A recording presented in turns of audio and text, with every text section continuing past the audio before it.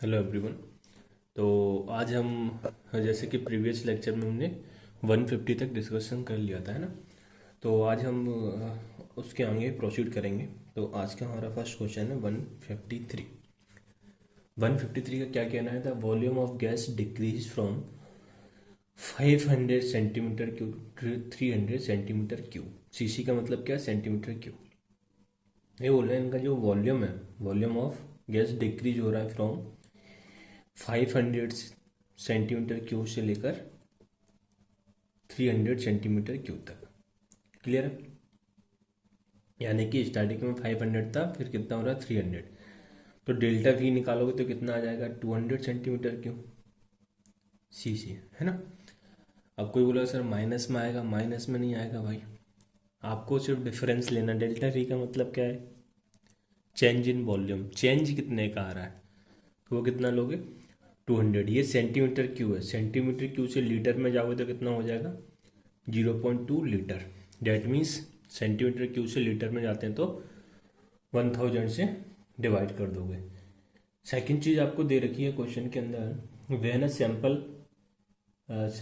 Sample gas is compressed by a average pressure of 0.6 atm।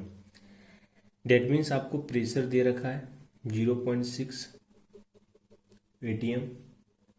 हमें बोला during this process 10 joule of heat is liberated. अब आपको Q की value दे रखी है कितना? 10 जूल, है ना। 10 joule heat is liberated. The change in internal energy is. आपको change in internal energy calculate करनी है। दूसरी बात और, हीट इज लिबरेटेड बोला है, डेट मीन्स ये कैसा सिंबल आएगा? नेगेटिव। क्लियर है? ठीक है सर। तो अगर हम अब इस क्वेश्चन की बात करें तो आपको डेल्टा यू पूछा है, तो सीधा सा रिलेशन है delta U equal to Q plus का डब्ल्यू। डेल्टा यू आपको कैलकुलेट करना है। क्यू की वैल्यू -10 दे रखी है। डब्ल्यू के लिए हमको क्या दे रखा है इसमें? प्रेशर और वॉल्यूम, चेंज इन वॉल्यूम। तो हम इसको क्या लिख सकते हैं? वर्क को माइनस का पीडी भी। क्लियर है? हाँ सर। तो delta U equal to -10 plus P की वैल्यू कितनी दे रखी है? 0.6 इंटू इंटू और डेल्टा वी कितना दे रखा है? 0.2। कितना दे रखा है? 0.2। ठीक है। तो यहां से डेल्टा यू इक्वल टू -10, और ये कितना हो गया? आप जब पॉइंट पॉइंट कितना, ये 0.6 और 0.2 करोगे तो कितना हो जाएगा? 1.12, है ना। 0.12। क्लियर है? ये तो अब आपका किस में? लीटर एटीएम में। लीटर एटीएम में। अब इसको आप कन्वर्ट करोगे किस में? मीटर में। किस में कन्वर्ट करोगे? जूल में। तो क्या कर दोगे? 101 से मल्टीप्लाई कर देंगे। तो delta U equal to -10 plus का 0.12 इंटू 101.3 जूल। एटीएम से जूल में आना है तो आप क्या करते हैं? 101.3 से मल्टीप्लाई कर देते हैं। क्लियर है? ठीक है। फिर इसके बाद हम, तो जब आप इसको यहाँ से कैलकुलेट करते हैं तो delta U equal to -10 plus का इसको मल्टीप्लाई करेंगे तो यहाँ से कितना आ जाएगा? ये कितना है आपका? 0.12 इंटू इसको आप 100 मान लो, है ना। मैं आपको पहले बोल चुका हूँ कि आप 100 मान के करोगे तो सिंपल हो जाएगा, है ना। जैसे कि आप इसमें ऑप्शन में देखें तो काफ़ी डिफरेंस है। जैसे ऑप्शन माइनस का 2.16 जूल और 12.156, जैसे प्लस का 2.16, और एक ऑप्शन दिया 0.01.3 जूल। क्लियर है? तो ऐसा अगर हम 100 भी मान लें तो आपके ऑप्शन कोई इतना नियर नहीं है कि आप कंफ्यूज हो जाए, ना। तो 100 से भी आप कर सकते हो। हालांकि मैं तो कैलकुलेशन से ही आपको बता देता हूँ, 12.16 आएगा। तो फाइनली आपकी डेल्टा यू की वैल्यू कितनी आ जाएगी? 2.16 जूल। क्लियर है? अब देखो सर, ये प्लस क्यों ले लिया आपने? यहाँ माइनस लगाया था। तो माइनस देखो यहाँ कब आता है? जब आप work done by the system हो। बट यहाँ क्या है कि कंप्रेस बोला है गैस में, है ना। इस पर अपन ने ध्यान नहीं दिया, इसलिए मैं माइनस यहाँ लिख दिया था। क्वेश्चन में क्या बोल रखा है आपको, कंप्रेस बोल रखा है। तो कंप्रेस का मतलब क्या हो गया, work done on the system. तो work done on the system का मतलब क्या आता था, हम पॉजिटिव लेते थे, और work done by the system के लिए क्या लेते हैं, निगेटिव लेते हैं। क्लियर है? तो यहाँ क्या आएगा, पॉजिटिव ही आएगा। तो फाइनल वैल्यू कितनी आ जाएगी, 2.16। कितनी आ जाएगी, 2.16। क्लियर? तो यह माइनस, ये लैंग्वेज का थोड़ा ध्यान देना, इसमें कंप्रेस बोला है क्वेश्चन के अंदर। क्लियर? तो आपका करेक्ट ऑप्शन कौन सा हो जाएगा, सी, कोलकाता। क्लियर है? ओके। इसके बाद नेक्स्ट क्वेश्चन 160। 160 क्या कहना है, 1 mole of an ideal gas is allowed to expand reversibly and adiabatically from a temperature of 27 degree Celsius. ये बोले 1 मोल है आपके पास, सबसे पहली बात।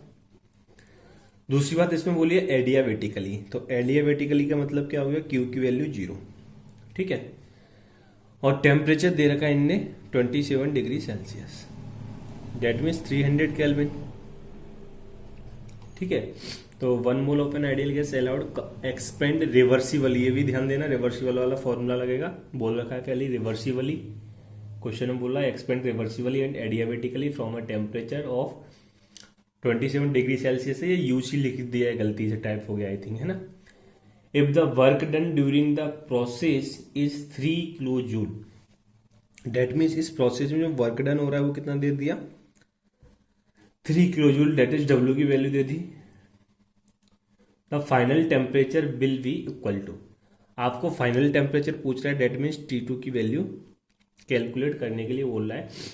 और CV की वैल्यू आपको इसमें क्वेश्चन में दे रखी है, CV equal to 20 joule per kelvin. Clear हो? ओके।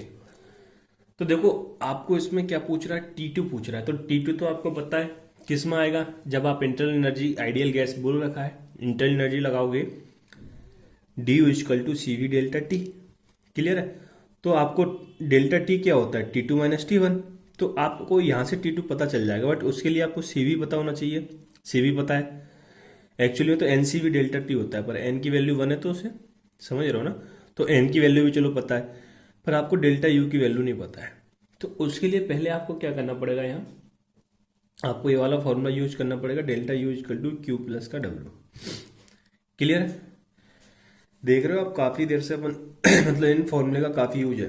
अब एडियाबेटिकली प्रोसेस बोला है, तो डेल्टा Q की वैल्यू कितनी थी, 0। तो इसकी जगह तो क्या आ जाएगा, 0। मतलब हम यहां से ये बोल सकते हैं, जो डेल्टा U होगा वही क्या होगा आपका, जो W होगा वही आपका क्या होगा, डेल्टा U, है ना। देख पा रहे हो ना ये? ठीक है सर। अब यहां से आओ, अब delta U equal to W की वैल्यू दे रखी है आपको 3 किलो जूल, बट ध्यान दो CV की वैल्यू किस में दे रखी है, जूल के अंदर। किस में, जूल में। तो इसे भी आप क्या कर लोगे, जूल में कर लोगे, है ना। तो delta U equal to 3 into 10⁻³ joule. अब दूसरी बात क्या आपको ध्यान देनी है कि इसमें प्रोसेस में आपको क्या बोला है, एक्सपेंड रिवर्सिबली। तो एक्सपेंड का मतलब क्या हो गया, work done by the system. That means अब ये जो वर्क की वैल्यू थी वो किस में लिखना चाहिए, नेगेटिव में। क्लियर है? तो फाइनली यहां भी नेगेटिव लगेगा और यहां भी नेगेटिव लग जाएगा। क्लियर है? समझ रहे हो ना कि वर्क डन आपको एक्सपेंड बोला गया है क्वेश्चन के अंदर। एक्सपेंड का मतलब क्या था कि work done by the system. तो work done by the system, इसलिए यहाँ क्या आएगा, नेगेटिव। देखो वैसे इस क्वेश्चन में कुछ भी नहीं था, है ना, सिंपल सा फॉर्मूला यूज करना जो कि कई बार कर चुके हैं। बट इसमें ये जो लैंग्वेज का खेल है वही आपको समझना है, कि जैसे कि एक्सपेंड, कंप्रेस बोल रहा है, तो इसमें इन चीज़ों का आपका ध्यान जाना चाहिए कि कंप्रेस बोल रहा है तो हमको क्या सिंबल लेना है, एक्सपेंड बोल रहा है तो क्या सिंबल लेना है। क्लियर है? ओके। अब बस हम फॉर्मूला यूज कर लेंगे, delta equal to NCV delta T को, delta U equal to NCV delta T, ये फॉर्मूला यूज करेंगे। N की वैल्यू 1 है, CV की वैल्यू क्वेश्चन में आपको दे रखी है कितना, 20 जूल में, है ना। जूल में दे रखी है, इसीलिए हमने इसको भी जूल में कन्वर्ट किया है। तो माइनस का 3 इंटू 10⁻³ जूल। जब आप इसको कैलकुलेट करते हो तो कितना आ जाता है आपके पास 60 इंटू 10⁻³ जूल माइनस का।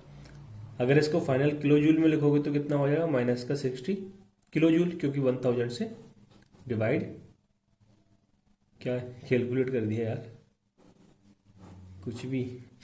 Delta U equal to formula था एनसीवी डेल्टा टी। तो डेल्टा यू की वैल्यू दे रखी है माइनस का 3 इंटू 10⁻³ और एन की वैल्यू 1, सीवी की वैल्यू 20। डेल्टा टी को आप लिख सकते हो T2 माइनस का T1। क्लियर? 20 से पहले इधर ही लेके आओ इसको, तो 3y 20 इंटू 10⁻³ माइनस इसको डिवाइड कर दिया 20 से इक्वल टू T2 माइनस का T1 आपको दे रखा है 300 केल्विन। क्लियर? इसको आप क्या लिख सकते हो 1.5 इंटू 10⁻²। क्लियर? एक जीरो से कट हो जाएगा, 2 से डिवाइड करोगे 1.5 इक्वल टू T2 माइनस का 300। फाइनली ये क्या हो गया माइनस का 150 है ना। ठीक है सर, और ये इस साइड आएगा तो प्लस का 300 इक्वल टू T2। तो T2 की वैल्यू आपके पास कितनी आ जाएगी 150 केल्विन। कितना आ गया 150 केल्विन। क्लियर? तो आपका करेक्ट ऑप्शन कौन सा हो जाएगा 150 केल्विन। हाँ, ए आगरा है ना। कौन सा ऑप्शन करेक्ट हो गया ए, डेट इज आगरा। क्लियर है? ओके। 160 के बाद हम आपको लिए चलते हैं 164 है ना। किसके पास 164 के पास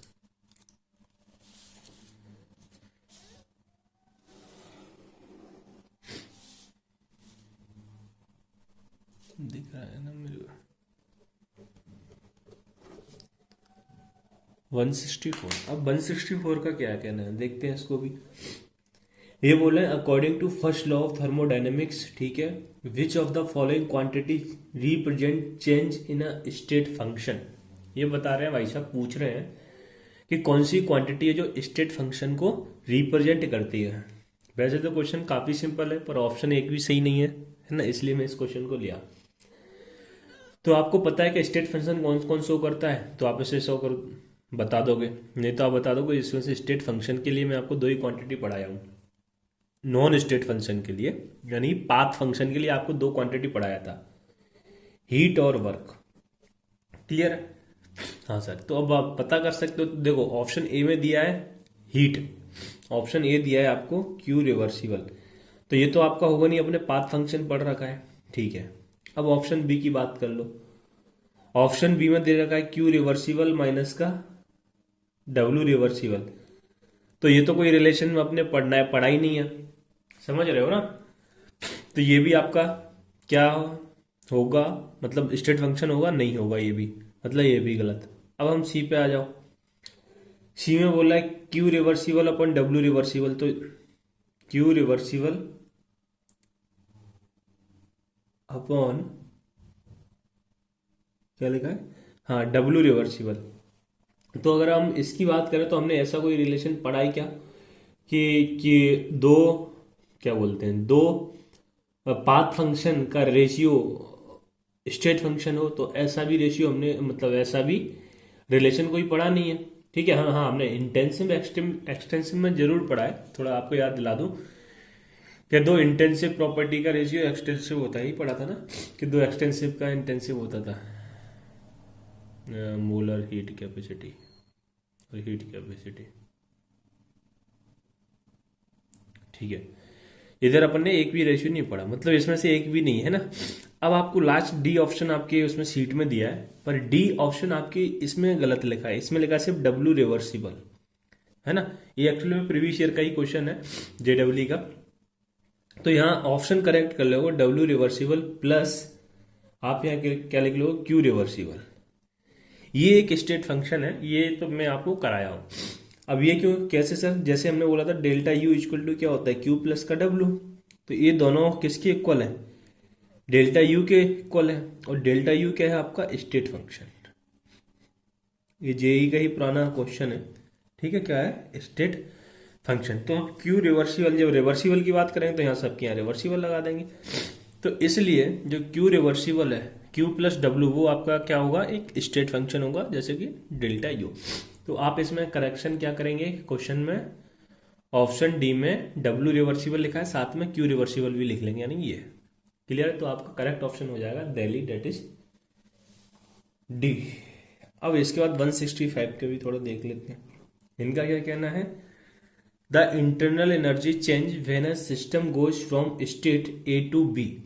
जब कोई सिस्टम ए से बी जा रहा है तो इसमें जो इंटरनल एनर्जी में चेंज आ रहा है वो इनका कहना है 40 जूल पर मोल का आ रहा है if the system goes from A to B. अब ये बोले system the system goes from A to B by a reversible process. अब ये बोले रिवर्सिबल प्रोसेस के थ्रू जा रहा है, रिवर्सिबल प्रोसेस के थ्रू ए से बी, है ना। Path and return to the state A by a reversible path, ठीक है। What would be the net change in the internal energy. आपको नेट चेंज पूछ रहा है इंटरनल एनर्जी के लिए, है ना, कि इंटरनल एनर्जी में नेट चेंज क्या आएगा। तो देखो पहले तो बात तो मैं आपको इसके ऊपर एक क्वेश्चन कराया था सेम वैल्यू लेके, और मैं आपको वहां ये चीज बताया था कि रिवर्सिबल और इरिवर्सिबल में क्या डिफरेंस होता है, ठीक है। दूसरी बात यह है आपको इस क्वेश्चन में कुछ करना ही नहीं है। आपको पता है इंटरनल एनर्जी क्या है, एक स्टेट फंक्शन है। क्या है, स्टेट फंक्शन है। तो स्टेट फंक्शन तो सिर्फ अपने फाइनल पॉइंट पर डिपेंड कर रहा है। इसका मतलब ये बोल रहे हैं कि आप पहले तो ए से बी जाते हो, फिर रिवर्सिबल प्रोसेस करते हो ए टू बी। तो रिवर्सिबल प्रोसेस का मतलब क्या है, वापस बी से ए आ रहे हो। रिवर्सिबल का यही हो गया ना।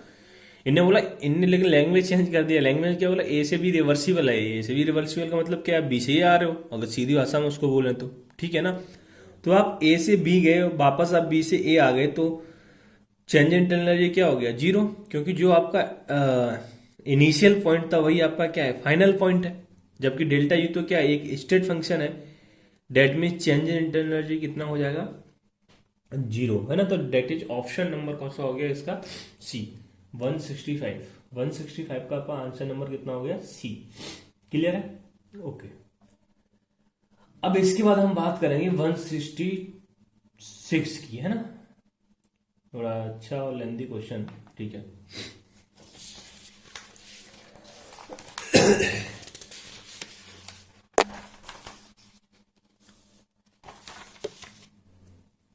क्वेश्चन नंबर क्या बोला अपन ने, 166। 166 को देखते, इसमें बोला था reversible expansion of an ideal gas under adiabatic and isothermal condition is shown in the figure which of the following statement is correct. ठीक है, आपके पास ये ग्राफ दिया गया है और इस ग्राफ में बोला गया है, जो फर्स्ट है ग्राफ जो शो कर रहा है, ये है आपका आइसोथर्मल कंडीशन में। कौन सा वाला, ये वाला आइसोथर्मल। और सेकंड यहां से जो ग्राफ आया है, ये है आपका एडियाबैटिक। क्लियर। इसकी जो इनिशियल कंडीशन दे रखी है वो P1 V1 T1 दे रखा है। फाइनल इसके लिए दे रखा है P2 V2 T2, इसके लिए P3 V3 T3। तो ग्राफ किसके बीच में है, प्रेशर और वॉल्यूम। क्लियर है, ठीक है। तो अगर हम सबसे पहले इसमें ग्राफ से ही क्वेश्चन सॉल्व करना है, तो सबसे पहले बात करें आइसोथर्मल। तो आइसोथर्मल का मतलब क्या है, isothermal means T equal constant, मतलब टेम्परेचर क्या होगा, कांस्टेंट। टेम्परेचर कांस्टेंट है, डेट मीन्स डेल्टा टी क्या हो जाएगा, जीरो। और हम बोल सकते हैं T1 इक्वल टू क्या हो जाएगा, T2। यही मतलब है आइसोथर्मल का, ठीक है। तो इसका मतलब ये हुआ आपका ऑप्शन नंबर ए क्या हो गया, करेक्ट हो गया। मतलब ऑप्शन ए क्या हो गया आपका, करेक्ट हो गया। क्लियर, क्योंकि ऑप्शन नंबर ए में क्या दिया है, T1 equal to T2 sorry. तो ऑप्शन नंबर ए आपका क्या हो गया, करेक्ट हो गया। ठीक है, फिर से अब हम चेक करेंगे, सारे ऑप्शन को चेक करना है। क्वेश्चन अच्छा है, वैसे भी इसमें 3 आंसर है ना, मतलब 3 ऑप्शन सही है, एक गलत है। क्वेश्चन एक्चुअली में होना चाहिए था इनकरेक्ट बताना है, तो आप एक बता देते। ठीक है, बट इसमें करेक्ट पूछा तो 3 आंसर सही है, और आपकी शीट में भी 3 ही दिए आई थिंक, है ना। ठीक है, तो अगर हम नेक्स्ट ऑप्शन पे बात कर लेते हैं, तो जैसे कि हमने एडियाबेटिक प्रोसेस के लिए, इन एडियाबेटिक कर्व के लिए अगर आपको याद हो, इन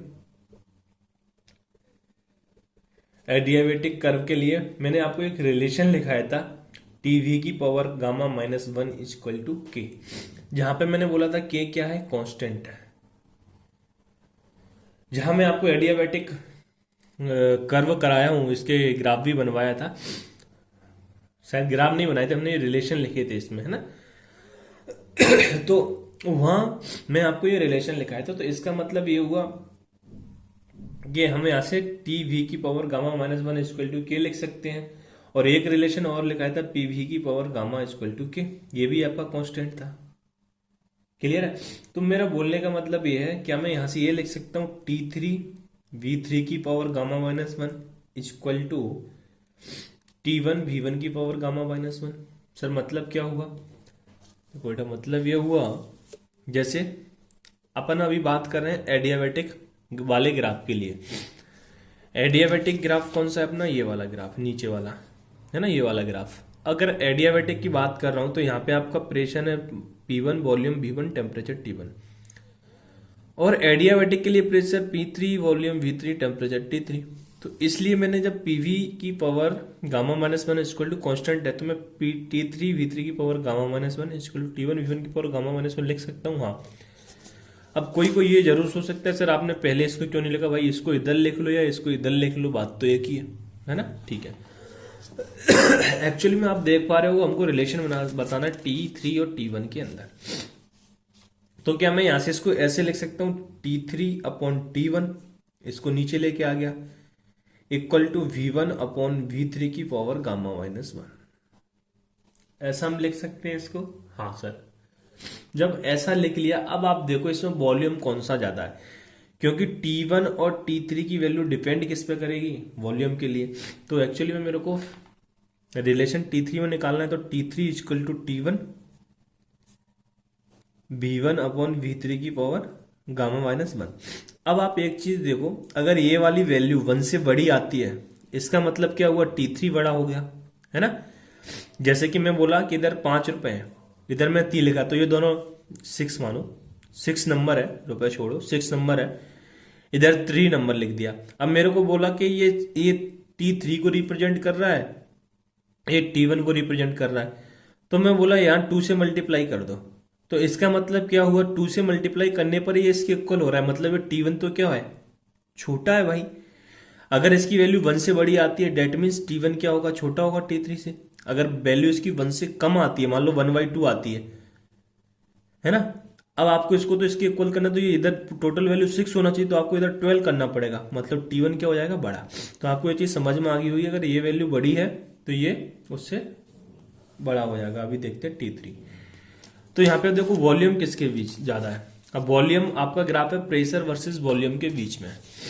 तो यहाँ से देखो V3 वॉल्यूम आपका कहाँ होगा, यहाँ पे कहीं होगा, और V1 वॉल्यूम कहाँ होगा, यहाँ पे कहीं होगा। मतलब V1 आपका यहाँ है, V3 यहाँ है, वॉल्यूम बड़ा कौन सा है, V3 बड़ा है, मतलब आपकी डिनोमिनेटर की वैल्यू क्या है, बड़ी है, यानी V3 बड़ी है। V3 बड़ा है कौन सा, ये वाला। तो V3 बड़ा है किससे, V1 से, है ना।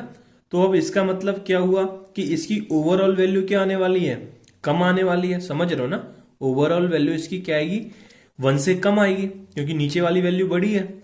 ठीक है, तो यहां से हम बोल क्या सकते हैं कि V3 ग्रेटर देन V1, सो T3 less than T1। Clear है,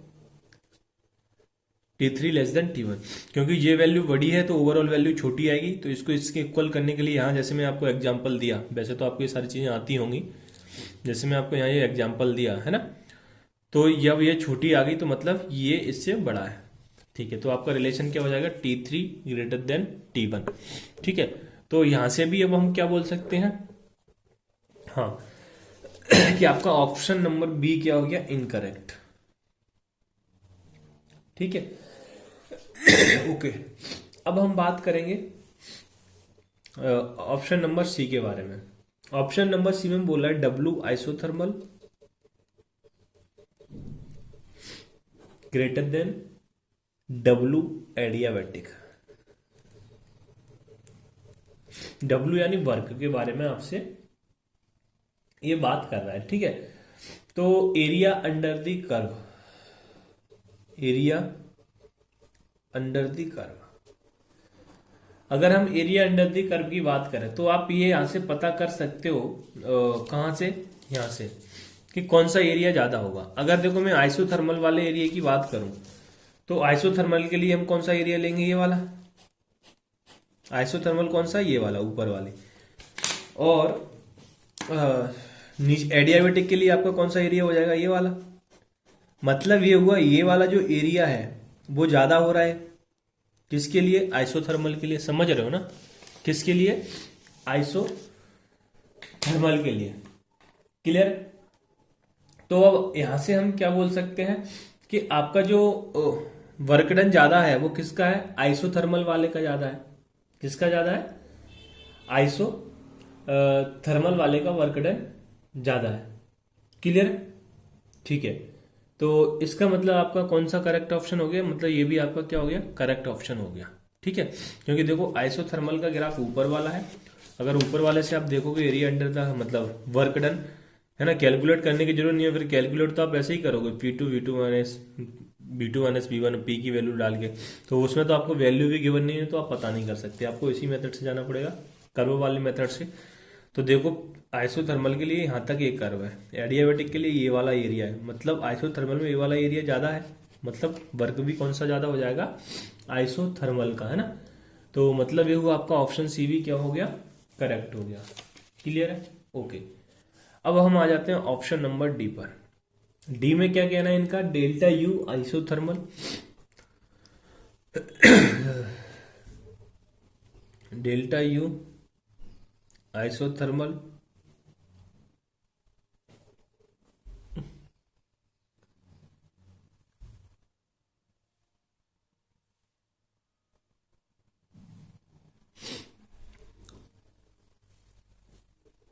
delta you isothermal greater than है डेल्टा यू एडियाबेटिक से,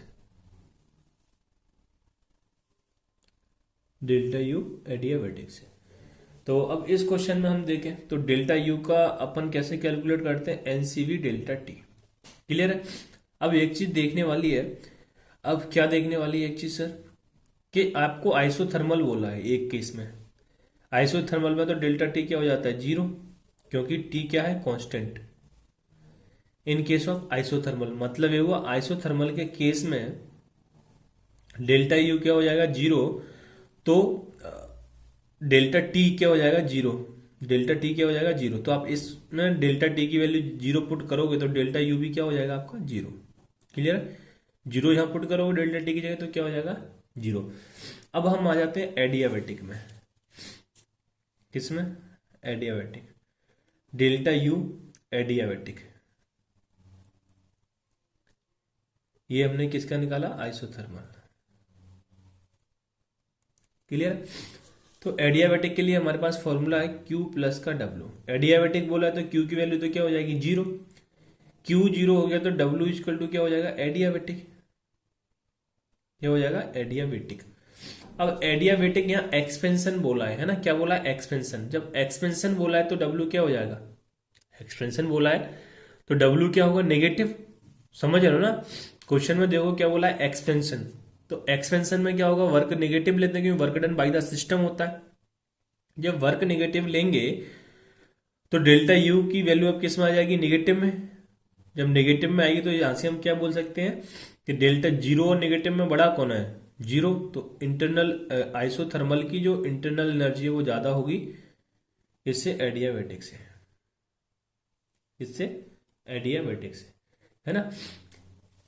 विथ साइन है ना, ये याद रखना, विथ साइन, विथ साइन, क्योंकि हम साइन से ही तो बता पा रहे हैं कि साइन यहाँ निगेटिव लगा है इसलिए ये क्या है, कम है।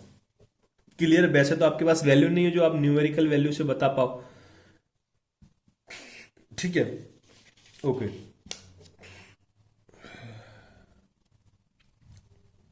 तो आपका ये भी क्या हो गया, करेक्ट आंसर हो गया, ऑप्शन नंबर डी। क्लियर। अच्छा, यहाँ आप क्या बोलोगे, work done by the system, क्यों यहाँ भी दोनों के साइंस नेगेटिव आएंगे, तो हम नेगेटिव नेगेटिव कैंसिल आउट कर दोगे, तो अगर यहाँ ये भी मेंशन हो सकता है work done by the system, यहाँ पे जो वर्क हो रहा है किसकी तरह से हो रहा है, work done by the system, है ना, क्योंकि रिवर्सिबल तो इधर भी है, तो दोनों ये भी तो नेगेटिव आएंगे, बट यहाँ दोनों को अपन मान के चलेंगे work done by the system, तो आप साइन मेंशन नहीं करेंगे तो वो नेगेटिव नहीं आएगा, समझ रहे हो ना, वैसे भी दोनों साइड नेगेटिव आएगा, तो कैंसिल आउट कर लेंगे। तो आपका करेक्ट ऑप्शन कौन सा हो गया इसमें, ए हो गया, सी हो गया और डी हो गया, तीन इसमें करेक्ट ऑप्शन है अपने, है ना। तो क्वेश्चन नंबर कौन सा था ये अपना 166, तो 166 में हमारे 3 क्वेश्चन ए सी डी। अब इसके पास हम आपको लिए चलते हैं क्वेश्चन नंबर 173 के पास। 173 का क्या कहना है, 173 कहाँ है भाई, अच्छा ठीक है, ये भी प्रीवियस ईयर का क्वेश्चन है।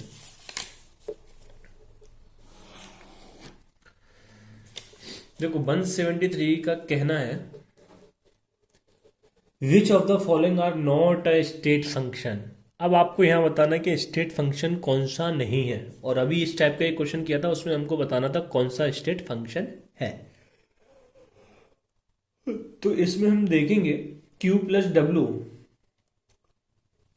पूछा है, नॉट अ स्टेट फंक्शन, अच्छे से पढ़ना।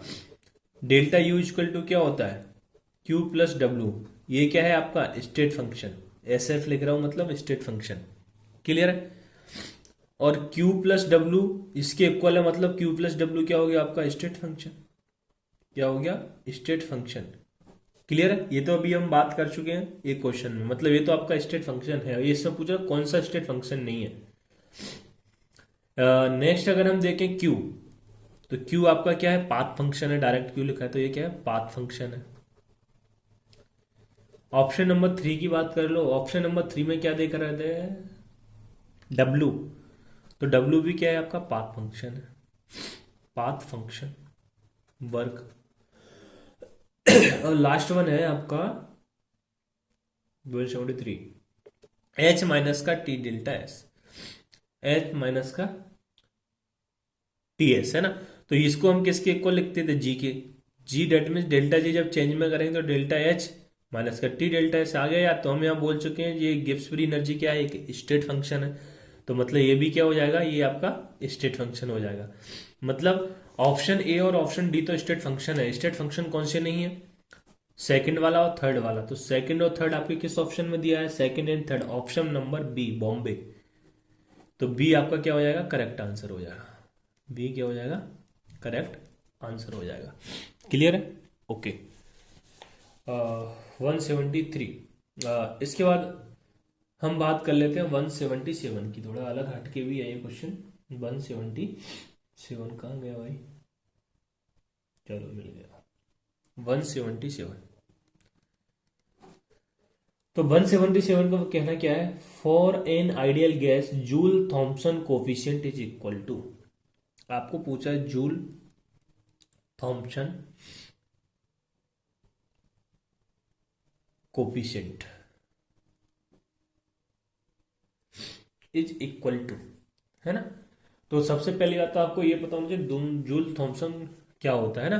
तो ये अपने में था नहीं तो हमने छोड़ दिया था, बस सीट में क्वेश्चन दिया है तो हम इसको लिख लेंगे। तो जूल थॉम्पसन कोफिशिएंट हम बोलते हैं म्यू जेटी को, म्यू जेटी को लिखते हैं जूल थॉम्पसन कोफिशिएंट, जे यानी जूल, टी यानी थॉम्पसन, तो इसको हम डिनोट करते हैं म्यू जेटी, जे यानी जूल, टी यानी Thompson, equal to delta of T upon delta of P, और ये इक्वल होता है, ये होता है एच कांस्टेंट एंथैल्पी, है ना। यहाँ ये एच का इसका मतलब क्या है, कांस्टेंट एंथैल्पी। तो सबसे पहली बात इस फॉर्मूले को हम क्या बोलते हैं, जूल थॉम्पसन कोफिशिएंट, क्लियर है। ये एच क्या है, कांस्टेंट एंथैल्पी, क्लियर है, ओके। अब इसमें आपको बताना है, देखो for an ideal gas Joule Thompson coefficient is equal to 0, 1, 2 और डी दिया है 1/2। तो अगर हम इस कोफिशिएंट की बात करें तो इसमें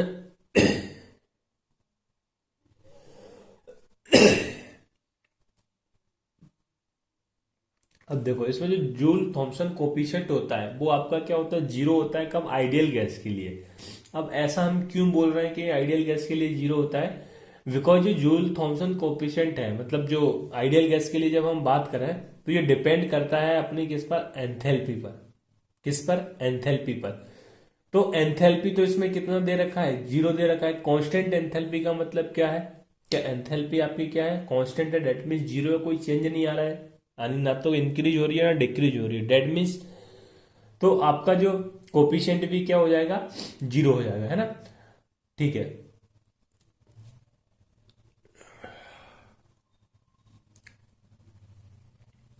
तो आपको देखो याद इसमें इतना ही रखना है, एक तो ये फॉर्मूला याद रख लेना, है ना।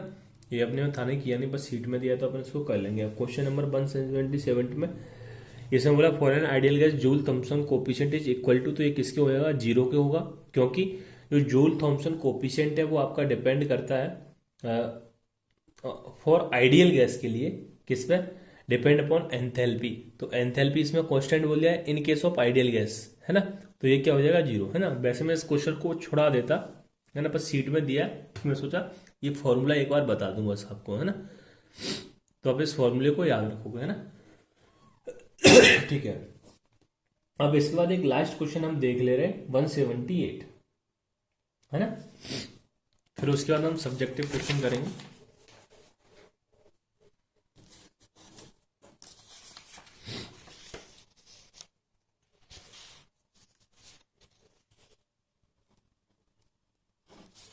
वन 178, अगर मैं इसकी बात करूं 178, तो 178 में क्या कह रहा है, for the reaction of 1 mole of zinc dust. आपके पास क्या है, 1 मोल, मोल दिए हैं, मतलब एन की वैल्यू दे रखी है 1।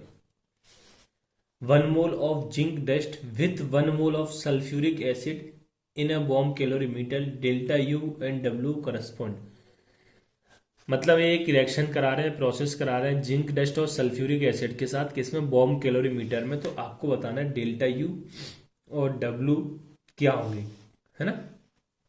तो देखो सबसे पहली बात कि इसमें वॉल्यूम तो आपका क्या होगा, कांस्टेंट हो जाएगा बॉम्ब कैलोरीमीटर में, क्योंकि आप क्लोज सिस्टम के अंदर करा रहे हो। मतलब डेल्टा यू हम मैं यहाँ से बोल सकता हूँ डेल्टा भी क्या हो जाएगा, जीरो हो जाएगा, जब आप बॉम्ब कैलोरीमीटर में कोई प्रोसेस करा रहे हो, है ना। क्योंकि बॉम्ब कैलोरीमीटर जो इंस्ट्रूमेंट है उसको हम क्लोज सिस्टम मान के चलते हैं। क्लियर है। तो ये मतलब क्लोज सिस्टम है, मतलब उसमें वॉल्यूम कांस्टेंट है। जब वॉल्यूम कांस्टेंट है तो मतलब डेल्टा वी की वैल्यू क्या हो जाएगी, जीरो, यानी चेंज इन वॉल्यूम क्या हो जाएगा, जीरो। क्लियर है।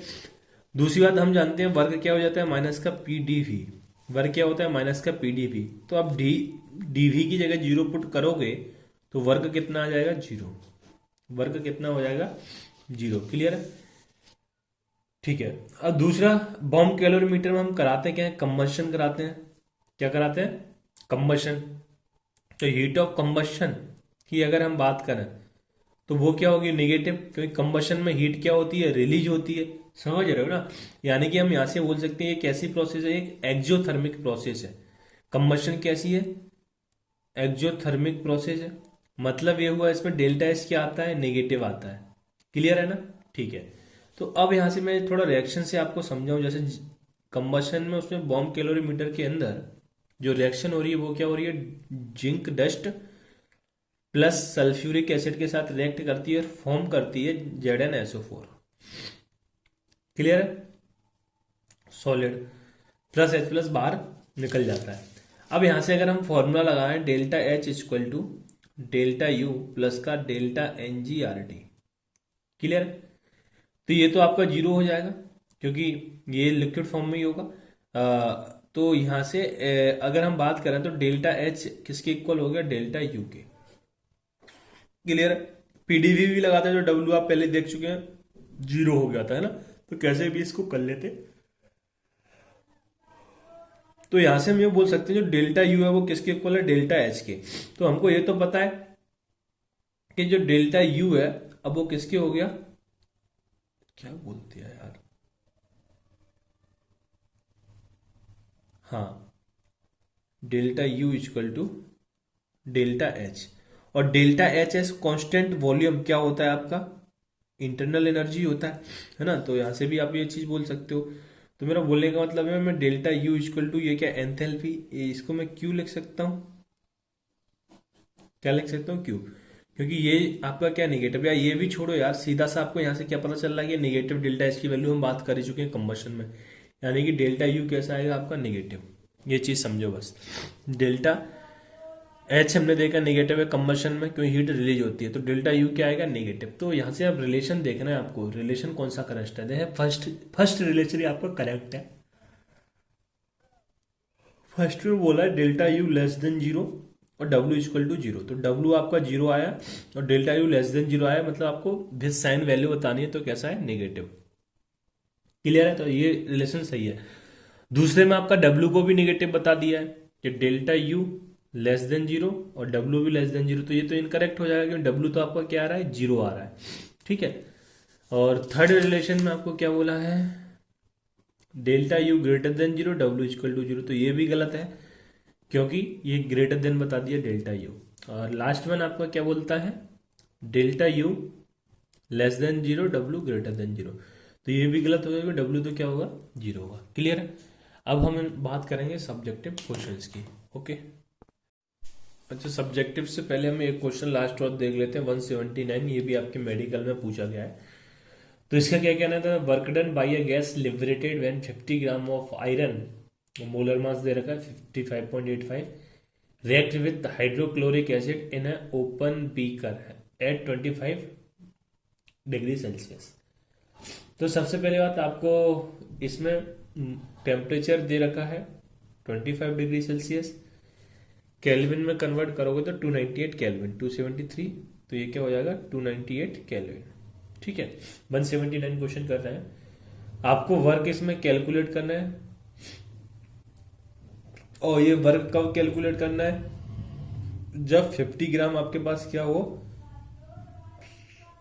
50 हाइड्रोक्लोरिक एसिड क्या हो आपके पास, मतलब ये 50 ग्राम आपको किसका वेट दिया गया है,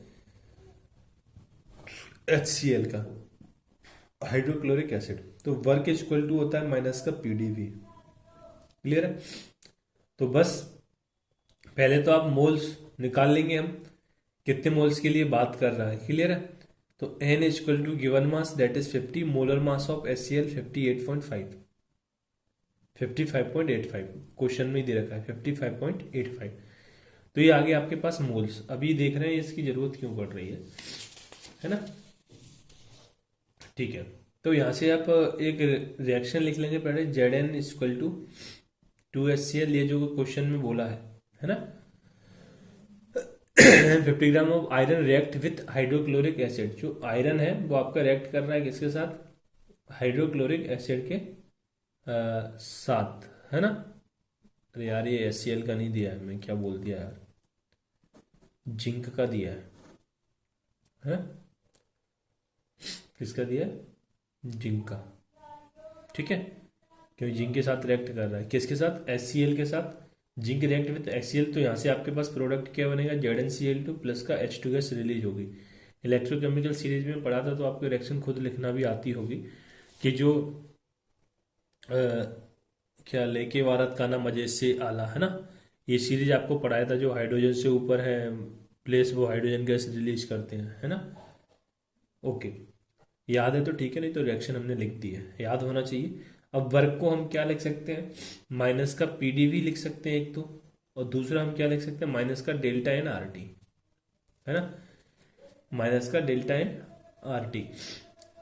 अब यहाँ पे डेल्टा H2 गैस है, तो पहली बात तो डेल्टा एन जी वैसे भी 1 हो जाना है। दूसरी बात, अब यहाँ पे मोल्स भी आपको काउंट करने हैं, क्योंकि ये तो अपन बात कर रहे हैं 1 मोल के लिए, बस यहाँ पे तो मोल की वैल्यू दे रखी है, 50 ग्राम दे रखा है, तो इसका तो पहले तो आपको मोल कैलकुलेट करना पड़ेगा 55.85। क्लियर है, मैं आपको ये चीज पहले ही बता चुका हूँ, पहले आप 1 मोल के लिए वैल्यू निकालो, फिर जितने के लिए पूछा उतने से मल्टीप्लाई कर दो। बट ये सिंपल क्वेश्चन हम पहले ही मल्टीप्लाई कर दे रहे, ठीक है, इनटू आर की वैल्यू क्वेश्चन में 8.314 पुट करेंगे, इनटू टेम्परेचर 298 केल्विन दे रखा है। तो यहाँ से आप वर्क कैलकुलेट कर लोगे, माइनस का 2218.05, डेट इज माइनस का 2.218 किलो जूल। क्लियर है, ये जूल में था, ये किस में आ गया, किलो जूल। तो आपका करेक्ट ऑप्शन कौन सा हो जाएगा इसमें, बॉम्बे बी, है ना, सही है ना। 179 का कौन सा है, बॉम्बे बी। क्लियर है, ठीक है, ये आपका कंप्लीट डिस्कशन हो गया। अब हम थोड़ा सब्जेक्टिव क्वेश्चंस की बात कर लेते हैं। तो सब्जेक्टिव क्वेश्चन पर जब हम आते हैं, सब्जेक्टिव क्वेश्चन कहाँ है भाई सब्जेक्टिव, जैसे कि क्वेश्चन नंबर 5, सब्जेक्टिव यहीं से स्टार्ट होते हैं अपने।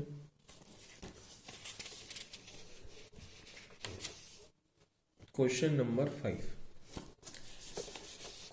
5 का क्या कहना है, diborane is a potential rocket fuel which undergoes combustion according to the reaction. Diborane का आपके पास एक रिएक्शन दी है, B2S6, कौन से क्वेश्चन कर रहे हैं हम, subjective. B2S6 gas plus 3O2 gas, it forms B2O3 solid plus का 3H2O gas. Clear, from the following data calculate the enthalpy change for the combustion of diborane. Diborane के combustion के लिए आपको वैल्यू एंथैल्पी चेंज निकालना है। Clear है, और आपके पास और भी रिएक्शंस दे रखी हैं क्वेश्चन में, जैसे 2B प्लस का 3Y2O2 gas, it forms B2O3 solid. इसमें जो डेल्टा एच की वैल्यू है वो है माइनस का 1273 किलो जूल पर मोल, पर मोल। और सेकंड इक्वेशन दे रखी है H2 गैस प्लस का half O2 gas, it forms H2O liquid. इसमें डेल्टा एच की वैल्यू दे रखी है आपको माइनस का 286 किलो जूल पर मोल, यूनिट सेम है। एंड लास्ट वन दे रखी है 3H2O, नहीं H2O दे रखा है, H2O लिक्विड प्लस का कुछ नहीं, ये कन्वर्ट हो रहा है H2O गैस में। किसमें, H2O गैस में। इसमें जो डेल्टा एच की वैल्यू दे रखी है 44 किलो जूल पर मोल दे रखा है। और लास्ट वन दे रखा है 2B सॉलिड प्लस का 3H2 gas, it gives B2S6 gas, और डेल्टा एच की वैल्यू दे रखी है 36 किलो जूल पर मोल। ठीक है, ओके। अब देखो आपके पास ये 4 रिएक्शन दिए हैं और आपको ये वैल्यू कैलकुलेट करनी है। तो आप इसको देखो कैसे कर सकते हैं। सबसे पहली बार आपको जो B2S6 है, ये रिएक्शन B2S6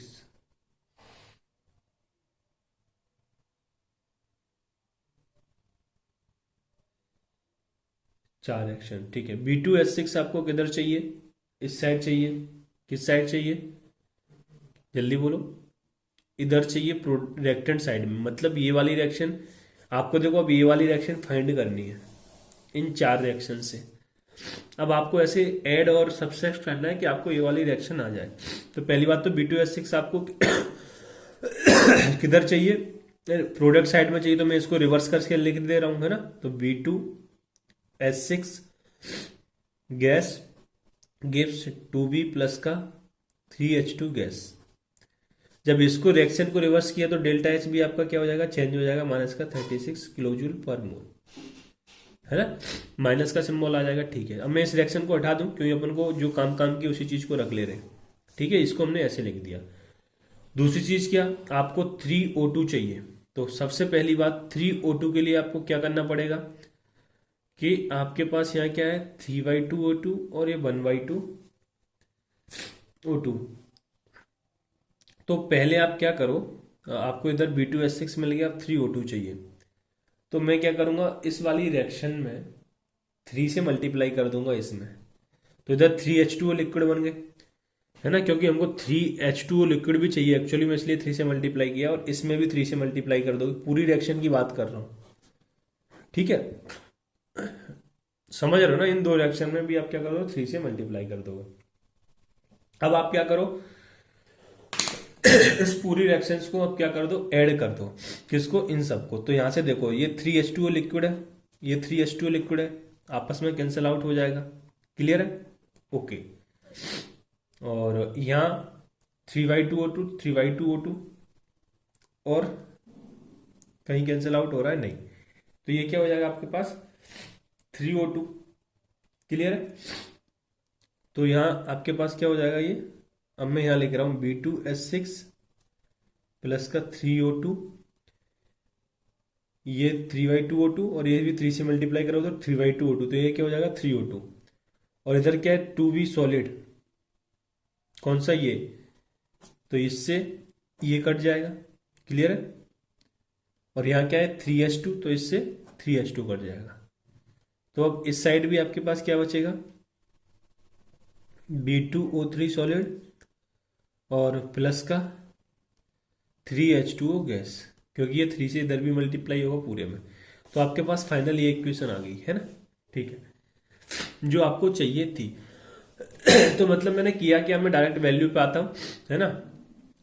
तो मैंने सबसे पहले क्या किया, इसको ऐड किया फर्स्ट वाली को, तो -1273 प्लस का, प्लस इसको भी ऐड किया तो माइनस का 286 इंटू 3, क्यों 3 से मल्टीप्लाई किया, प्लस इसको भी ऐड किया तो प्लस 44 इंटू 3 से मल्टीप्लाई किया, है ना, क्योंकि 3 से मल्टीप्लाई किया है। और माइनस ऑफ 36 लिखेंगे, या फिर आपने इसको रिवर्स करके लिखा है तो आप इसको समझ रहे हो ना, इस वाली को ऐड किया है तो ये वैल्यू कितनी है -36, तो हमने क्या लिख दिया इसको, लो -36। क्लियर है, अब इस पूरी वैल्यू को जब आप ऐड करते हो तो फाइनल वैल्यू आ जाएगी -2035 किलो जूल पर मोल। क्लियर है, कितना आ जाएगा -2035 किलो जूल पर मोल। क्लियर है, उम्मीद करता हूँ क्लियरिटी हो गई होगी। वैसे इस टाइप का क्वेश्चन मैं कॉपी में आपको करा चुका हूँ। ठीक है, अब इसके बाद हम क्वेश्चन नंबर 6 की बात करते हैं। क्वेश्चन नंबर 6 में क्या बोला है, from the following data calculate the enthalpy change for the combustion of cyclopropane at 298 kelvin, the enthalpy of formation of CO2 H2O propane इतना इतना इतना दिया है। ठीक है, respective the enthalpy of isomerisation of cyclopropane, कहां से करना है, साइक्लोप्रोपेन का आइसोमराइजेशन करना है प्रोपीन में। तो ये वाला क्वेश्चन मैं आपको कॉपी में करा चुका हूं, है ना। ये वाला क्वेश्चन भी आप कॉपी में हो चुका है। कहां पर कॉपी में हो चुका है सर, ये हमने पढ़ा है किसमें, जल्दी बोलो, थर्मोकेमिस्ट्री के अंदर, जो ये लास्ट लेक्चर में या सेकंड लास्ट लेक्चर में ये होगा, है ना। ठीक है, तो ये क्वेश्चन हम करा चुके हैं। अब क्वेश्चन नंबर 7 की बात आ जाओ।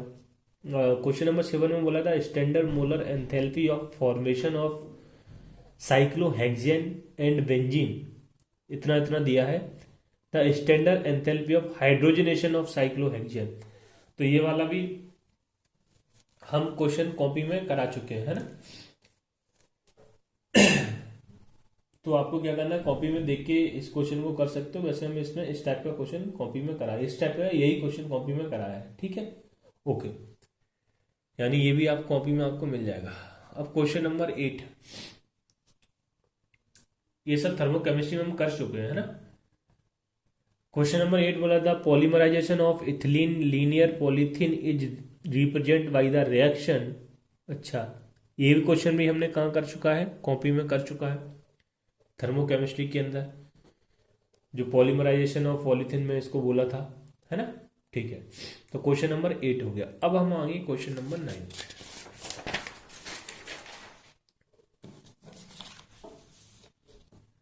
Question number 9। अब क्वेश्चन नंबर 9 का क्या कहना है, हम देखते हैं भाई। ये बोला था determine the enthalpy of reaction, enthalpy of reaction of enthalpy of reaction of CH3H8 plus का C3H8 gas plus H2 gas, it form C2H6 gas plus का CH4 गैस। ये आपको इसकी एंथैल्पी आपको क्या करनी है, फाइंड करनी है। आगे बोला using the given heat of combustion दे रखी है, वैल्यू स्टैंडर्ड C2 की, CH4 की, है ना। ठीक है,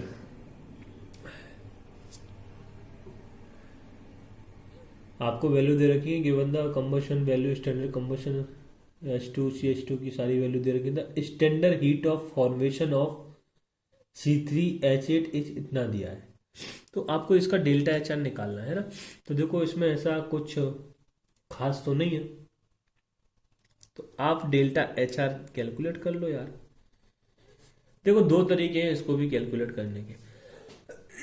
एक तो यह है कि आप सारी रिएक्शंस लिखो, जैसे मैं अभी प्रीवियस क्वेश्चन कराया हूं, उन सबको ऐड करना है, सब्सट्रैक्ट करना है, वैसे कर सकते हो। दूसरा इसमें क्या है कि आप सारी, आपको जो वैल्यू दे रखी है क्वेश्चन के अंदर, हीट ऑफ कंबशन की वैल्यू दे रखी है, तो आप इसमें फॉर्मूला लगा सकते हो कंबशन का भी, बट इस रिएक्शन का तो क्या नहीं हो रहा है, कंबशन नहीं हो रहा है ना, तो फिर हम नहीं लगाएंगे। ठीक है, तो मतलब ये होगा फिर हमको रिएक्शन लिखना ही पड़ेगा।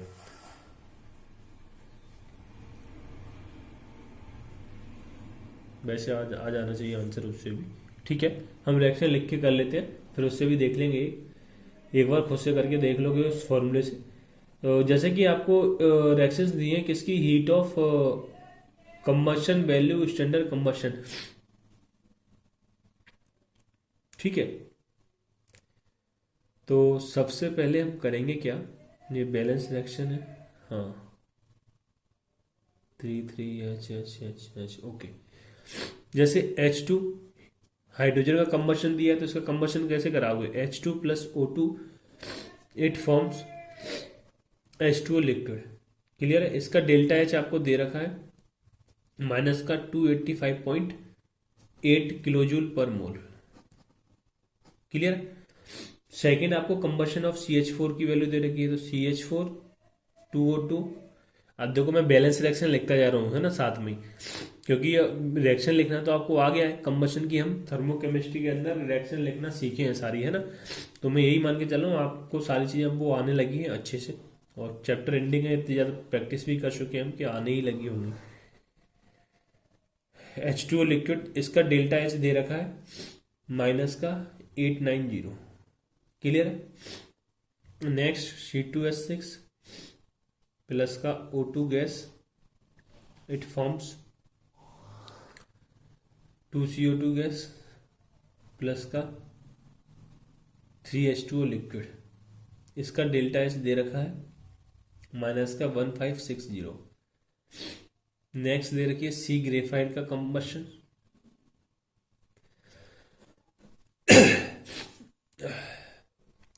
O2 gas, it forms CO2, it forms, जल्दी बोलो, CO2। और इसकी वैल्यू दे रखी है गैस। जहां मैं अगर फिजिकल स्टेट मेंशन ना कर पाऊँ तो ये अब सारी चीज़ें आपको बता चुका हूँ कि सी कार्बन है वो हमेशा CO2 गैस में जाता है, हाइड्रोजन है वो H2O लिक्विड में जाता है ना। तो इसका वैल्यू दे रखा है माइनस का 393। और लास्ट में जो रिएक्शन आपको इसमें दे रखी है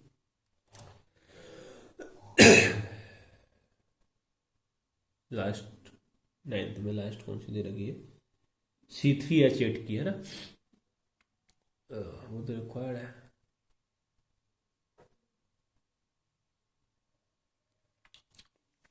फॉर्मेशन ऑफ C3H8 दे रखा है, फॉर्मेशन ऑफ C3H8, तो इसको आप कैसे कैलकुलेट करोगे? C3H8 को 3 कार्बन प्लस का 4H2, कार्बन कौन सा होगा, ग्रेफाइट वाला, ये फॉर्मेशन की वैल्यू दे रखी है। इसीलिए जो मैं आपसे बोल रहा था ना कंबशन का फॉर्मूला लगा के कर लेंगे, वो इसलिए नहीं कर सकते, इसमें 3 तो कंबशन की दी है, एक फॉर्मेशन की दी है, वैल्यू डिफरेंट डिफरेंट है। उसके लिए हमने बात की थी सारी वैल्यू सेम देना चाहिए, तो कंबशन की या फॉर्मेशन की, तो वो यूज नहीं करेंगे, हमको इसी मेथड से जाना पड़ेगा। क्लियर है? ओके। तो ये इतनी सारी रिएक्शंस दी हैं, इससे आपको फाइंड करनी है ऊपर वाली रिएक्शन, ये कौन सी है ये फाइंड करनी है, मतलब डेल्टा एच की वैल्यू आ जाएगी। तो वो कैसे फाइंड करेंगे, मैं फाइनल स्टेटमेंट लिख दे रहा हूं उसके लिए। डेल्टा एच इक्वल टू, जैसे equation number first, second, third, fourth, fifth, तो आपको थर्ड 3 से मल्टीप्लाई करना है इक्वेशन नंबर फोर्थ में। सबसे पहले फोर्थ कौन सी है, ये वाली,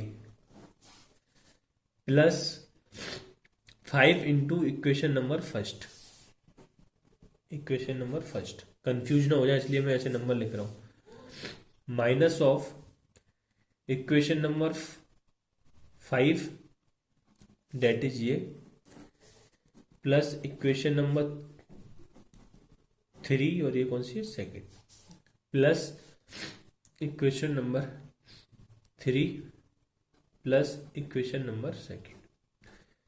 आप ये करोगे तो आपके पास फाइनल डेल्टा एस की वैल्यू आ जाएगी। मतलब ये कि आप इन रिएक्शन के साथ में ये चीज आपको करनी पड़ेगी। अब वो आपको ये रिएक्शन देख के करनी है, तो हम ऐसे काफी प्रैक्टिस कर चुके हैं ठीक है।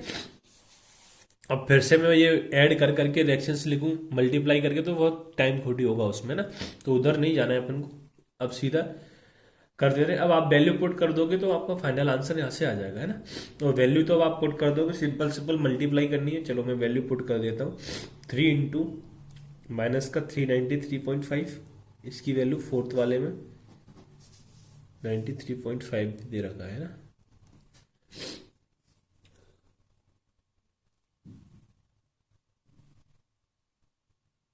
नाइन्टी थ्री दे रखा है, ठीक है, तो आप 93 पुट कर दोगे,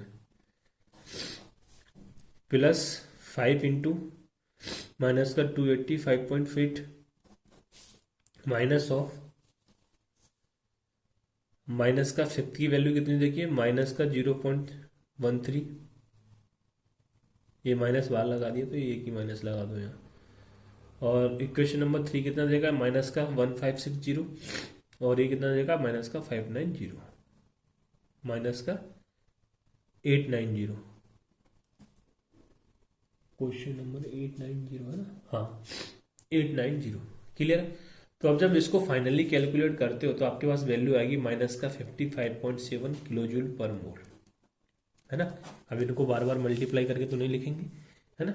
तो आपके पास फाइनल वैल्यू कितनी आ जाएगी, माइनस का 89 किलो जूल पर मोल। क्लियर? अब हम नेक्स्ट क्वेश्चन पे बढ़ते हैं, क्वेश्चन नंबर 10।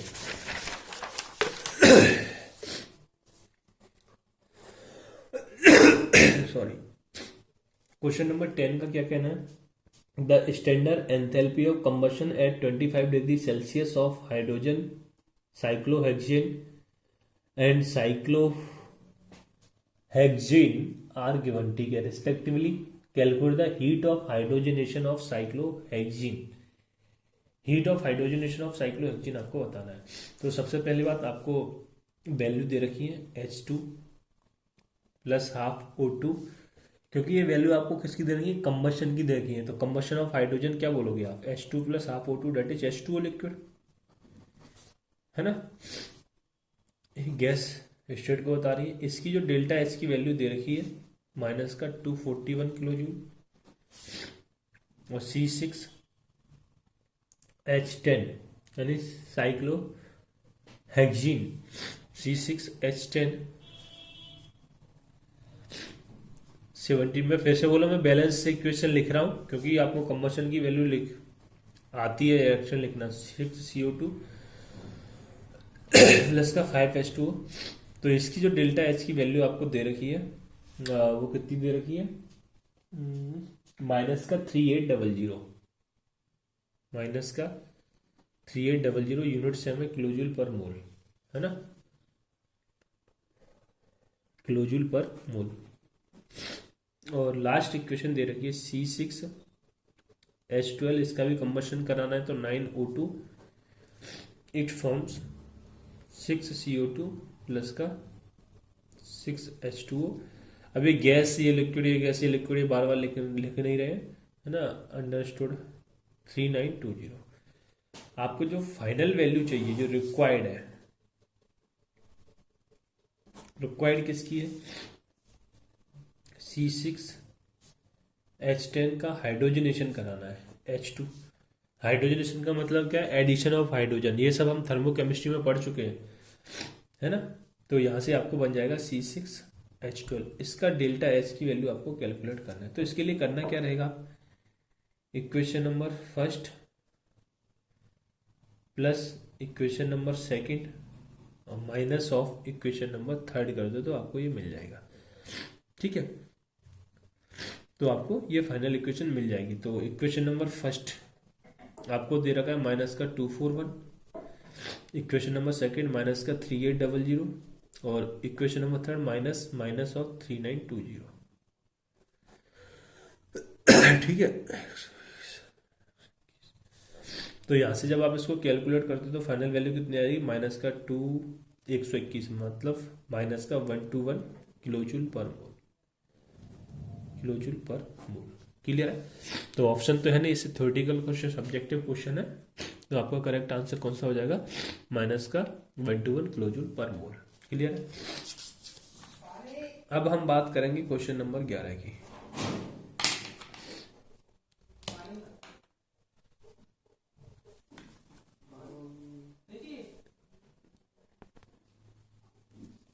क्वेश्चन नंबर 11 है ना, और इनका क्या कहना है, ये कह रहे हैं standard molar heat of formation of ethane, carbon dioxide and liquid water are, इतना इतना दिया है।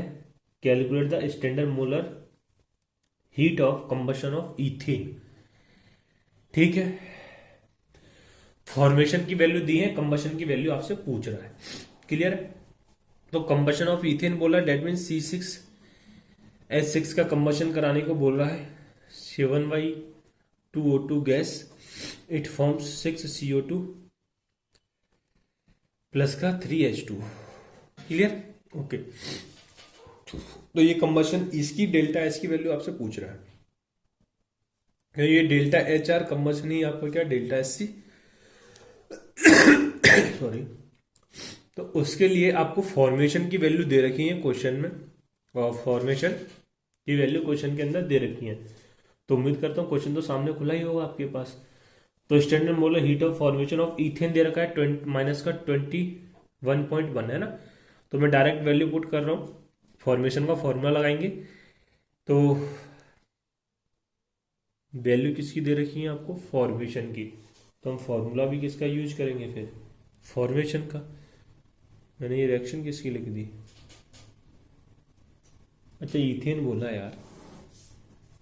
11वें में रिएक्शन क्या लिखोगे आप, C2H6 प्लस का 7Y2O2 गैस प्लस का 2CO2 gas plus 3H2O liquid.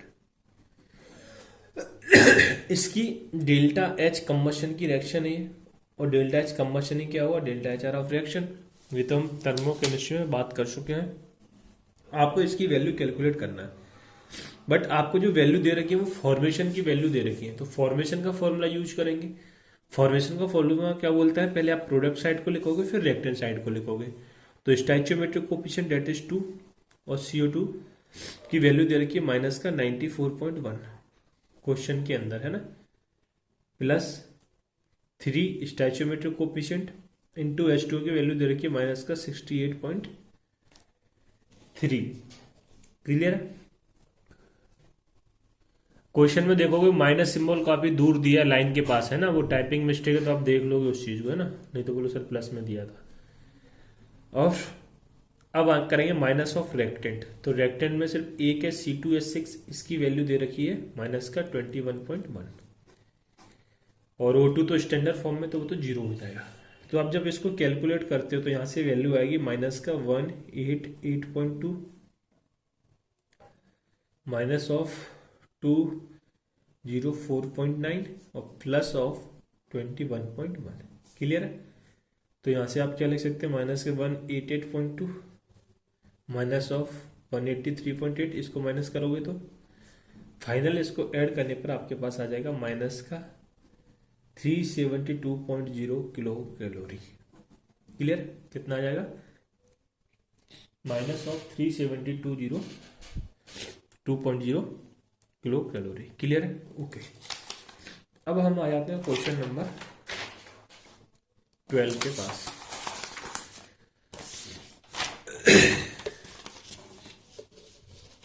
Question number 12 का क्या कहना है? 12 कहाँ है भाई? Given the following standard heat of reactions आपको दे रखी हैं, तीन रिएक्शंस दे रखी हैं। Calculate the heat of reaction for the hydrogenation of acetylene at constant volume. ठीक है, तो क्वेश्चन आपको खोल के ही रखने पड़ेंगे इसके, है ना, सामने बिना क्वेश्चन खोले आप कर नहीं सकते, इसको समझ में नहीं आएगा। तो आपको हीट ऑफ हाइड्रोजनेशन पूछ रहा है इसमें, और वो भी किसका? एसिटिलीन का, है ना। हाइड्रोजनेशन का मतलब क्या? Addition of hydrogen. तो C2H2 हाइड्रोजनेशन कराना है, तो आप क्या करोगे? H2 गैस का हाइड्रोजनेशन करा, H2 का एडिशन कराओगे तो फॉर्म होगा C2H4 गैस। क्लियर है? 1 मॉलिक्यूल ऐड कराया। आपको ये रिएक्शन क्वेश्चन में दे रखी है, H2 प्लस का half O2 gas, it form H2O liquid, है ना। क्योंकि आपको बोला heat of formation of water, तो heat of formation of water हम ऐसे ही कराते हैं। इसकी जो डेल्टा एच की वैल्यू दे रखी है माइनस का 68.3 किलो कैलोरी। ठीक है, ओके।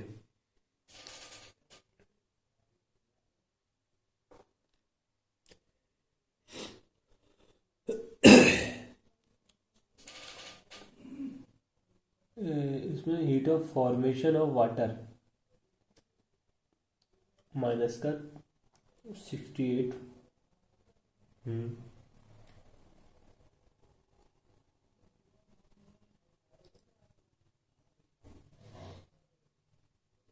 है ना, इसमें क्वेश्चन में प्लस में वैल्यू दे रखी है, आई थिंक माइनस सिंबल नहीं है, तो आप इसको माइनस में कर लोगे, है ना। अगर माइनस प्लस से करेंगे तो फिर जो आंसर इसमें दिया है वो नहीं आएगा, है ना। वैसे भी ये H2O का फॉर्मेशन में क्या होगा? हीट रिलीज होगी, है ना, ये तो हम भी जानते हैं। ठीक है, वैसे क्वेश्चन में जो वैल्यू दिया है उससे ही करना है, पर आप माइनस में कर लोगे क्योंकि क्योंकि आपका जिससे सीट में जो आंसर दिया वो मैच खा जाएगा, है ना। वैल्यू आपको इसमें माइनस में नहीं दिए, प्लस में देके रखा है, तो आप उसको क्वेश्चन में करेक्ट कर लोगे, माइनस में कर लोगे उस वैल्यू को।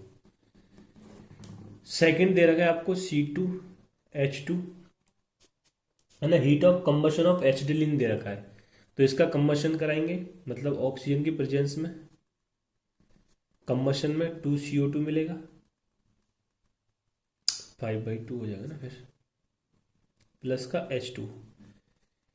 इसकी जो डेल्टा एच की वैल्यू दे रखी है माइनस का 310। थर्ड में आपको क्या बोल रहा है? थर्ड इक्वेशन बोला heat of combustion of ethylene, है ना, C2H4 का कंबशन कराना है, प्लस 3O2 2CO2 प्लस का 2H2। इसकी डेल्टा एच की वैल्यू दे रखी है माइनस का 337.2। अब देखो, कई लोगों के मन में ये डाउट आ रहा है, सर ये रिएक्शन कहाँ से लिख रहे हो? तो भाई ये रिएक्शन लिखना मैं सिखा चुका हूँ थर्मोकेमिस्ट्री में आपको, है ना, कि कंबशन की रिएक्शंस कैसे लिखते हैं, ना, काफी प्रैक्टिस भी की थी हमने इनके ऊपर। अब आपको हाइड्रोजनेशन कराना है, मतलब आपको इन तीन रिएक्शन से ये वाली रिएक्शन चाहिए, ऊपर वाली। रिक्वायर्ड आपको क्या है? C2H2 H2 gas, it form C2H4 gas. कई के मन में ये डाउट भी आ सकता है, डेल्टा एच इसकी वैल्यू निकालें, सर इसमें आपने एक मॉलिक्यूल और हाइड्रोजन का ऐड क्यों नहीं किया, मतलब आपने C2H6 क्यों नहीं बनाया, इसको बना सकते हो, क्यों यहाँ ट्रिपल बॉन्ड है तो एक बॉन्ड डबल बॉन्ड क्यों छोड़ रहे हो। तो भाई आपको क्वेश्चन में भी थोड़ा देख के चलना है कि आपको इन्फॉर्मेशन क्या दी है। क्वेश्चन में देखो आपको C2H4 की ही वैल्यू दिया है, C2H6 के लिए कोई इन्फॉर्मेशन ही नहीं है, तो आप अपने मन से कहीं भी नहीं भगने लगना, समझ रहे हो ना। जो इन्फॉर्मेशन दी है उसी के अकॉर्डिंग चलना है अपन को, ठीक है। ओके, जैसे कि अब मैं नाम दे देता हूँ इस इक्वेशन को फर्स्ट, सेकंड, थर्ड। बस अब क्या करोगे, equation number first plus equation number second और माइनस का इक्वेशन नंबर थर्ड, तो आपको फाइनल वैल्यू मिल जाएगी। माइनस बोलो या फिर इसको रिवर्स करके लिखो, बात एक ही आती है, ठीक है। तो यहां से आप डेल्टा एच कैलकुलेट करोगे, delta H equal to minus का 68.3 प्लस माइनस का 310.6 भी दिया है ना, 0.6 और माइनस ऑफ माइनस का 337.2, क्लियर है। तो आप जब इसको ऐड करते हो तो यहाँ से जो डेल्टा एस की वैल्यू आएगी आपके पास सॉल्व करने के बाद माइनस का 41.7 किलो कैलोरी, क्लियर है। कौन सा क्वेश्चन नंबर 12 है ना, 12 का माइनस का 41 किलो कैलोरी, क्लियर है। ओके, अब इसके बाद हम बढ़ते हैं क्वेश्चन नंबर 13, 3 क्वेश्चन और है।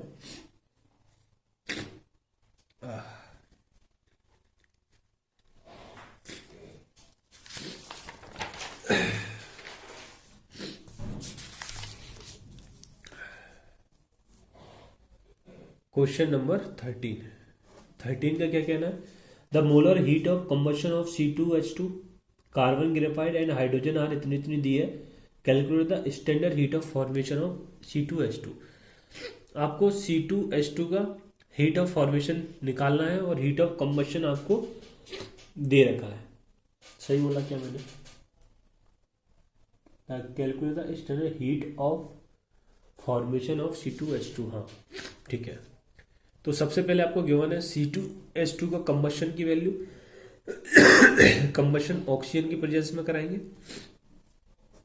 H forms to C2। अब मैं फिजिकल स्टेट मेंशन नहीं कर रहा, इतनी बार आप देख चुके हैं कि H2 लिक्विड में, ये गैस में, ये गैस में, ये भी गैस में, जरूरत भी नहीं है उसकी अब, है ना, कि गैस में सॉलिड में क्या आपको बनाना आ गया। तो इसकी दी है पहले वाले की C2H6 की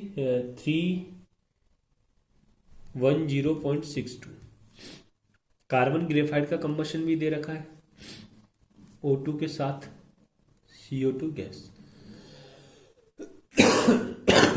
सॉरी, डेल्टा एच की वैल्यू दे रखी है 94.05 किलो कैलोरी में दी है सारी की सारी वैल्यू, है ना। और उसके बाद आपको हाइड्रोजन का भी कंबशन दे रखा है, तो यहां से फॉर्म होगा H2O लिक्विड। इसकी जो डेल्टा एच की वैल्यू दे रखी है क्वेश्चन में 68.32, क्लियर है। हमको रिक्वायर्ड क्या है, रिक्वायर्ड है आपको सी फॉर्मेशन ऑफ C2H2। तो फॉर्मेशन कैसे कराओ, ये कार्बन कुछ नहीं लिखा है मतलब सॉलिड है, और सॉलिड है मतलब ग्रेफाइड है, मतलब C2H2, ये आपको रिक्वायर्ड है। तो इसके लिए आपको करना क्या पड़ेगा, ये मान लो question number first, second, third, clear है। तो आपको सेकंड वाली इक्वेशन में मल्टीप्लाई करना है 2 से, प्लस थर्ड वाली इक्वेशन माइनस फर्स्ट, यानी कि आपको इनको इस फॉर्म में लिखना है, मतलब सेकंड वाली इक्वेशन में पूरी में 2 से मल्टीप्लाई करोगे, उसके साथ ऐड कर दोगे थर्ड को, और इसको माइनस कर दोगे फर्स्ट वाली को माइनस कर दोगे, क्लियर है। तो यहाँ से आपके पास जो सीधा डेल्टा एच की डेल्टा एच आर आएगा इस रिएक्शन का, जो कि फॉर्मेशन ऑफ C2H2 है, वो कितना आएगा 2 इंटू माइनस का 94.05,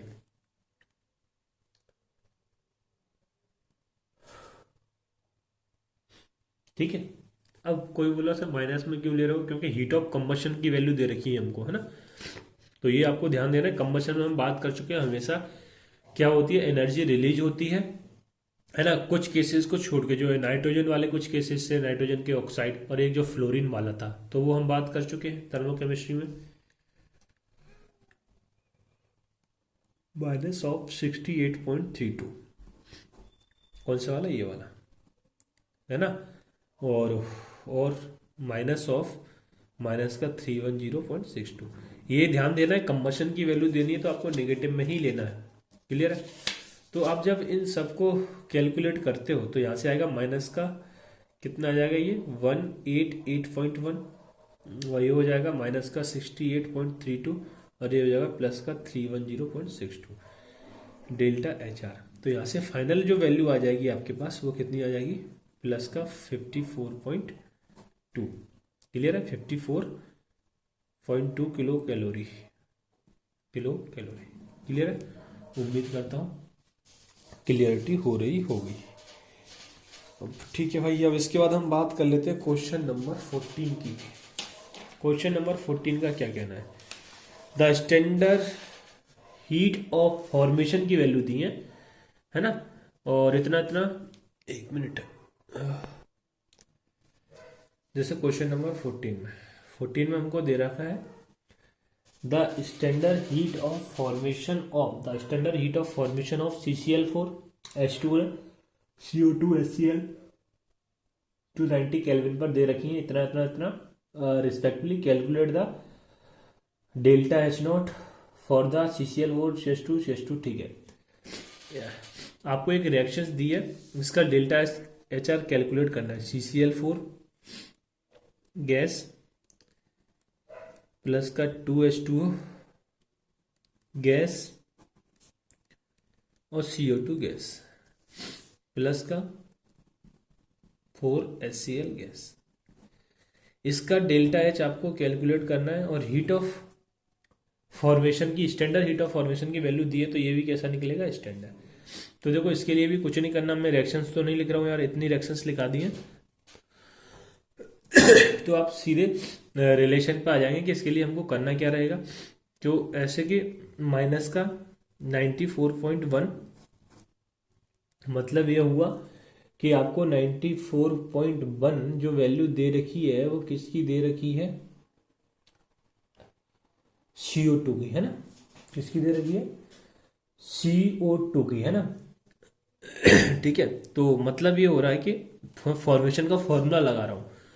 फॉर्मेशन का फॉर्मूला कैसे लगाते हैं, क्योंकि फॉर्मेशन की वैल्यू दे रखी है आपको, प्रोडक्ट साइड का माइनस रिएक्टेंट साइड का, तो इसका स्टैच्यूमेट्रिक कोफिशिएंट 1 है, और इनटू इसकी वैल्यू माइनस का 94.1 क्वेश्चन में दे रखी है, प्लस HCl का स्टैच्यूमेट्रिक कोफिशिएंट इनटू उसकी वैल्यू 22.1 जो कि क्वेश्चन में दे रखी है। तो ये हो गया आपका प्रोडक्ट साइड का। अब माइनस ऑफ आएंगे हम रिएक्टेंट साइड में। तो रिएक्टेंट साइड का क्या कहता है, स्टैच्यूमेट्रिक कोफिशिएंट, है ना, कुछ भी नहीं दिया है तो आप 1 मानेंगे, और वैल्यू दे रखी है माइनस का 25.5, प्लस स्टैच्यूमेट्रिक कोफिशिएंट 2 दे रखा है, तो 2 इंटू माइनस का 57.8। क्वेश्चन में 2 बार वैल्यू रिपीट कर दी है, 57.8, तो उसको लेके कंफ्यूज ना हो जाना, एक वैल्यू इसमें से रिमूव कर देना 57.8, है ना।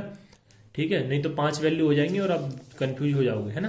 तो इसमें 2 बार 57.8 लिखा गया है, तो एक बार का रिमूव कर देना। ठीक है, तो यहां से जब आप इसको कैलकुलेट करते हो तो यहां से डेल्टा HR की जो वैल्यू आपके पास आएगी फाइनल, माइनस का 94.1, इसे मल्टीप्लाई करोगे तो क्या हो जाएगा, माइनस ऑफ कितना दे रखा है 22.1, माइनस का 22.1 दे रखा है, तो माइनस ऑफ 88.4। क्लियर है, और ये माइनस ऑफ 25.5 और माइनस ऑफ 2 से मल्टीप्लाई करोगे तो कितना हो जाएगा 115.6।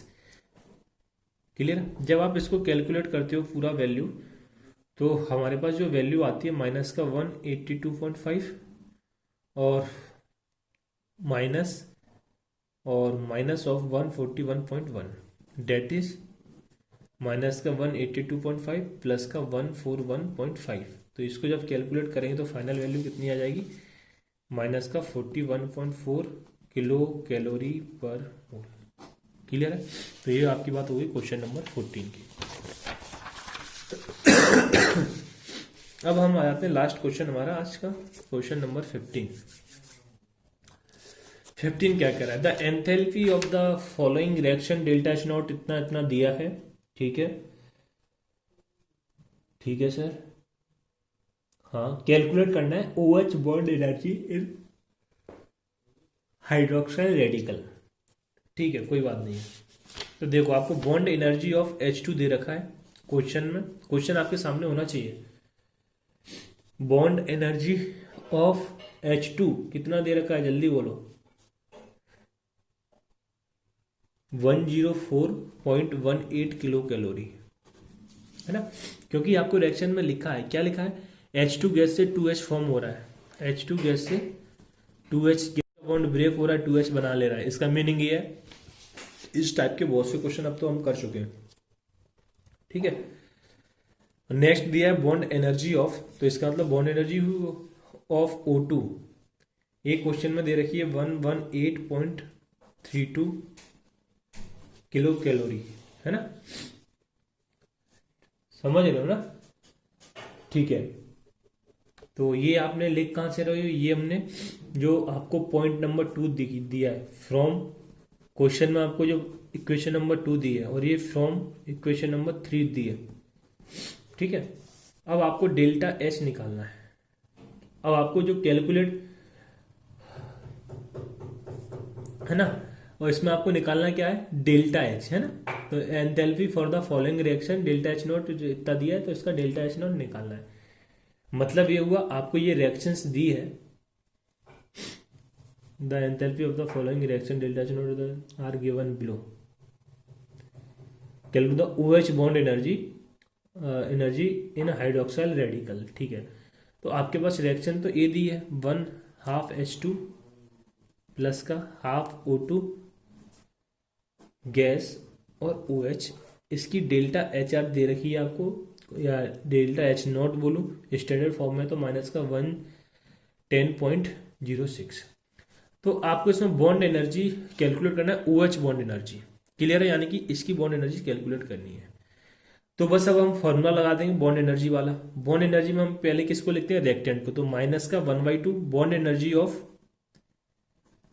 H2, माइनस का नहीं है यार, plus 1/2 bond energy of O2, अब माइनस प्रोडक्ट साइड, है ना, बॉन्ड एनर्जी ऑफ OH, यही आपको कैलकुलेट करना है। डेल्टा HR इसकी वैल्यू दे रखी है, माइनस का 10.06, 1/2 बॉन्ड एनर्जी ऑफ H2 कितना दे रखा है, 104.18 plus 1/2 bond energy of O2 कितना दे रखा है, 118.32 minus of bond energy of OH, ये तो आपको क्या करना है, कैलकुलेट करना है। तो फाइनली यहाँ से देखो माइनस का 10.06, ये कितना बचा 52.09, ये कितना बचा 2 से डिवाइड करोगे तो 59.16 minus of bond energy of OH, ये वाली। अब इसके बाद क्या करोगे, bond energy of OH equal to, इसको इधर लेके आए प्लस का हुआ, ये उधर जाएगा तो प्लस का हो जाएगा, 52.09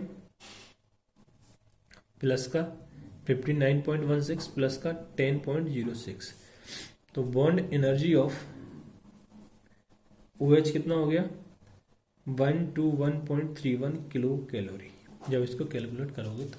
क्लियर है, तो ये हमारा कंप्लीट डिस्कशन हो गया पूरे शीट का। क्लियर है, तो उम्मीद करता हूँ आप लोग ने सारी शीट की है अच्छे से सॉल्व, उसके बाद ये सॉल्यूशन आप देख रहे हो, है ना।